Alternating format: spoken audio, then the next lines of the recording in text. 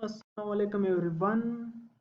The next topic of discussion is impetigo, which is a bacterial infection of the skin. It can be of two types, bullous type and non-bullous type. It is more common in children, especially between 2 to 6 years of age, and it's highly contagious. And its prevalence is higher in the resource-limited countries. Impetigo is the most common bacterial infection among children. What are the causes? So we have two type of organism involved. One is Staph aureus and other is Strep pyogenes. Staph aureus is present in about 80% of the cases.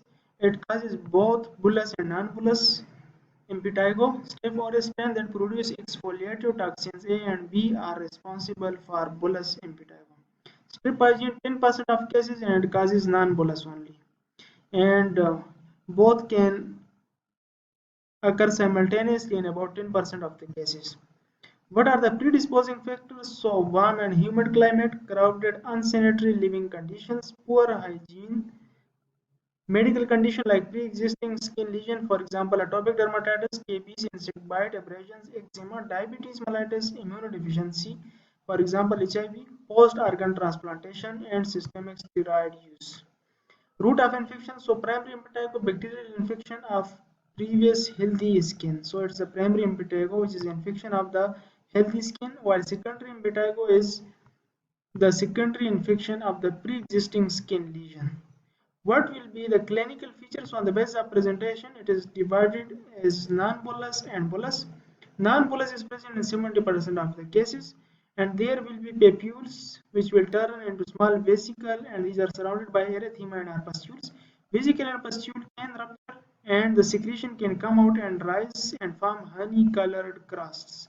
So honey-colored crust is a specific sign for the impetigo, and it can be pruritic but usually painless, and the Nikolsky sign is negative. What is Nikolsky sign? So it's the formation of cutaneous blister upon stroking the skin, and it's positive in pemphigus vulgaris, staphylococcal scalded skin syndrome, Steven-Johnson syndrome, toxic epidermal necrolysis, and certain form of epidermolysis bullosa. Bullous, so it will be present in 30% of the cases. Vesicle form large and flaccid bulla. So bulla are present here, which go on to rupture and form thin brown crust, and Nikolsky sign is negative. Distribution, so non-bullous is most commonly present on the face, especially around the nose and mouth, and can also be present on the extremities, while bullous is present on the trunk and extremities. Non-bullous there can be regional lymphadenopathy, and in bullous there can be associated signs like fever, malaise, and weakness in severe cases. Rare manifestation is ecthyma, which is ulcerative impetigo that extend into the dermis. So it ulcerates and goes deep into the skin and manifests as kind-sized superficial ulcer with a punched out appearance. So impetigo should be suspected in children presenting with honey-colored crust around the mouth and nose. This is the image which show non-bullous impetigo. These are confluent erosions and honey-colored crust with erythematous base. This is the second image which is showing bullous impetigo, and these are the bullas present on the trunk. And this is another image which show ecthyma. So these are multiple superficial and kind-sized ulcer with a punched out appearance and surrounding erythema. So these imaging are showing the lesion known as ecthyma, and this is another image showing the crusted lesions, and this is the non-bullous type of impetigo. Another image showing bullous impetigo. This is the image showing non-bullous crusted yellow honey color crust lesions, and this is another image showing confluent scaped erosion and honey color crusts.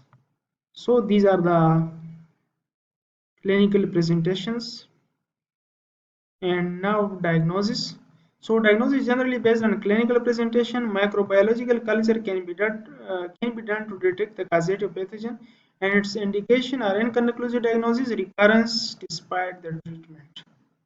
Differentials, so we have these all conditions that can be kept as differential diagnosis, and now treatment options. General management, so wound cleaning with antibacterial washes like chlorhexidine.